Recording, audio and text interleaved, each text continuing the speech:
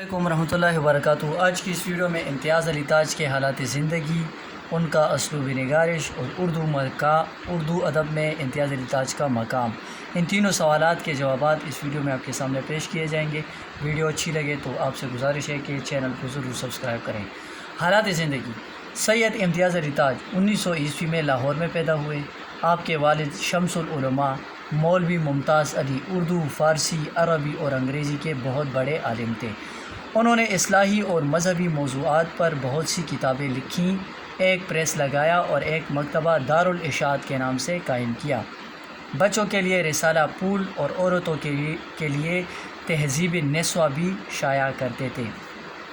امتیاز علی تاج کی والدہ محمدی بیگم نے بھی مسلمانوں کے لیے بہت سی اصلاحی کتابیں لکھیں۔ ان کا شمار اردو کے مشہور لکھنے والی خواتین میں ہوتا ہے۔ تاج نے ابتدائی تعلیم کینرڈ گرلز اسکول سے حاصل کی۔ 1910 عیسوی میں سینٹرل ماڈل اسکول میں داخلہ لیا اور 1915 میں میٹرک پاس کیا۔ 1922 عیسوی میں گورنمنٹ کالج لاہور سے BA کی ڈگری حاصل کی۔ گھر کے علمی ماحول کے باعث انہیں شروع ہی سے لکھنے پڑھنے کا شوق تھا۔ کتابوں کی تدوین میں اپنے والد کا ہاتھ بٹاتے رہے، پھول اور تہذیب نسواں کی ادارت بھی کرتے رہے۔ زبانہ طالب علم میں ایک ادبی رسالہ کہکشاں کے نام سے جاری کیا، جس کی ادارت میں مولانا عبدالمجید سالک ان کے رفیق کار تھے۔ گورنمنٹ کالج لاہور کی ڈرامٹک کلب کے سرگرم رکن تھے۔ آپ نے انگریزی ڈرامے کا بغور مطالعہ کیا، آخر ڈرامے کے ہو کر رہ گئے۔ 1922 میں مشہور ڈرامہ انارکلی لکھا، جو اردو ڈرامے کے دور جدید کا سنگ میل ہے۔ فن ڈرامہ پر تنقیدی مضامین، ریڈیو ڈرامے، ناول، افسانے اور متعدد فلمی کہانیاں بھی لکھیں اور ہدایت کاری کے فرائض بھی انجام دیے۔ عمر کے آخری چند سال پہلے پاکستان کے آرٹ کونسل لاہور کے ڈائریکٹر اور پھر مجلس ترقی ادب لاہور کے ناظم رہے۔ 16 اپریل 1970 کو رات کے 2 بجے پراسرار قاتلوں نے چاقوؤں کے پے در پے وار کیے، زخموں کی تاب نہ لا کر اسی روز وفات پائی۔ امتیاز علی تاج: سادگی اور بے تکلفی۔ امتیاز علی تاج کی تحریر سادہ اور پرتکلف ہوتی ہے۔ وہ ثقیل الفاظ کے استعمال سے گریز کرتے ہیں۔ الفاظ کو استعمال کرنے کا سلیقہ انہیں خوب ہے۔ معمولی الفاظ کو اس طرح استعمال کرتے ہیں کہ پڑھنے والے پر اس کا گہرا اثر مرتب ہوتا ہے۔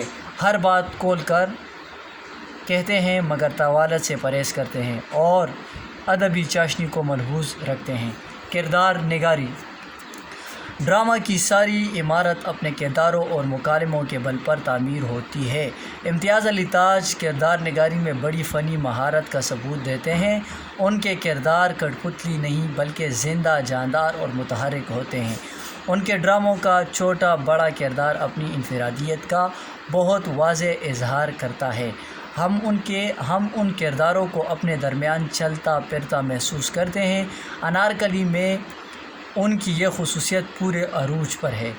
کرتبہ کا قاضی کے سب کردار حقیقی زندگی سے بہت قریب معلوم ہوتے ہیں۔ مکالمہ نویسی: ڈرامہ میں مکالمہ نویسی بنیادی اہمیت رکھتا ہے۔ ان کے مکالمے بہت برجستہ اور موقع کی مناسبت سے ہوتے ہیں۔ ان کے مکالمات کے ذریعے ماحول کی عکاسی ہوتی ہے اور کردار کی تعمیر کا کام بھی یہی مکالمات کرتے ہیں۔ مکالمہ اگر بہت طویل ہو جائے تو وہ تقریر بن جاتا ہے، مکالمہ نہیں رہتا۔ چنانچہ ان کے مکالمے مختصر اور گفتگو کے انداز کے قریب ہوتے ہیں، اس لیے بہت مؤثر اور پسندیدہ ہوتے ہیں۔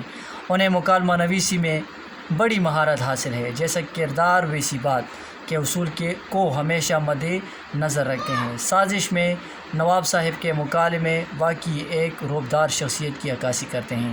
ادبی لحاظ سے ان مکالموں کی شان ادب لطیف کی سی ہے۔ مزاح نگاری: امتیاز علی تاج ایک بلند پایہ مزاح نگار بھی ہیں۔ چچا چکن کے نام سے انہوں نے ایک ایسا مکمل ترین مزاحیہ کردار تخلیق کیا جو انہیں ہمیشہ زندہ رکھے گا۔ یہ لافانی کردار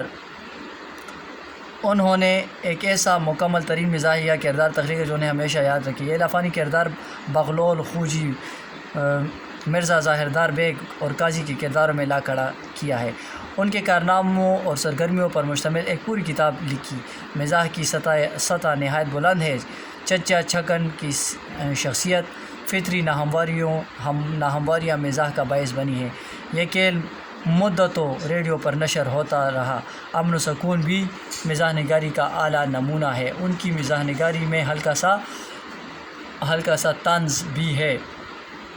موضوعات: ان کے ڈراموں کے موضوعات عموماً عام معاشرتی زندگی سے لیے گئے ہیں، اس لیے ان میں ہر شخص کے لیے دلچسپی اور دلکشی کا سامان موجود ہے۔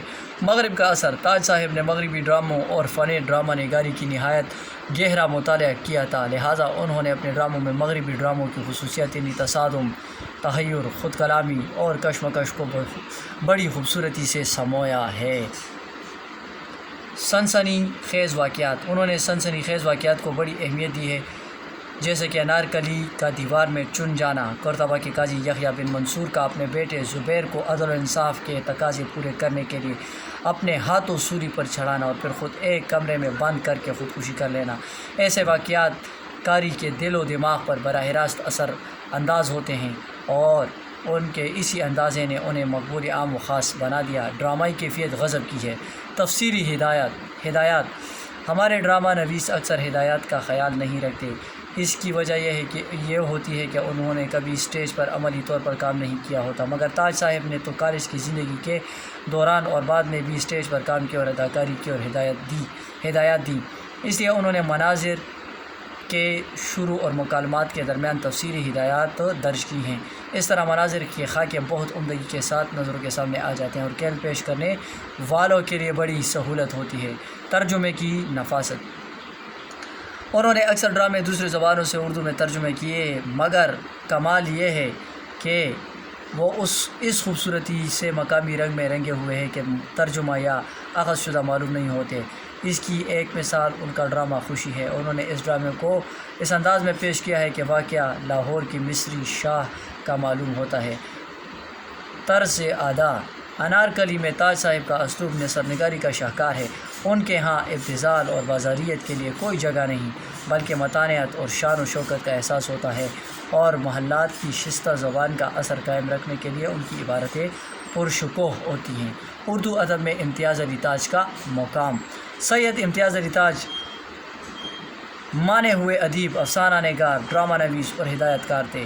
شروع ہی سے انہیں ڈرامے کے فن سے گہرا لگاؤ تھا، چنانچہ انہوں نے گورنمنٹ کالج لاہور کے اسٹیج پر پطرس بخاری اور حکیم احمد شجاع کے شانہ بشانہ اداکاری کے جوہر دکھائے۔ انارکلی کے نام سے اردو ادب کا وہ شاہکار تخلیق کیا جو ڈرامہ نگاری کے دور جدید کا نقشہ اول اور سنگ میل تصور کیا جاتا ہے۔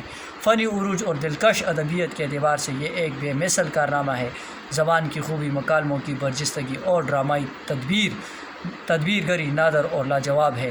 ہر لحاظ سے اسٹیج کے تقاضوں کو پورا کرتا ہے۔ کھیل کا دورانیہ عام ڈراموں سے نصف ہے۔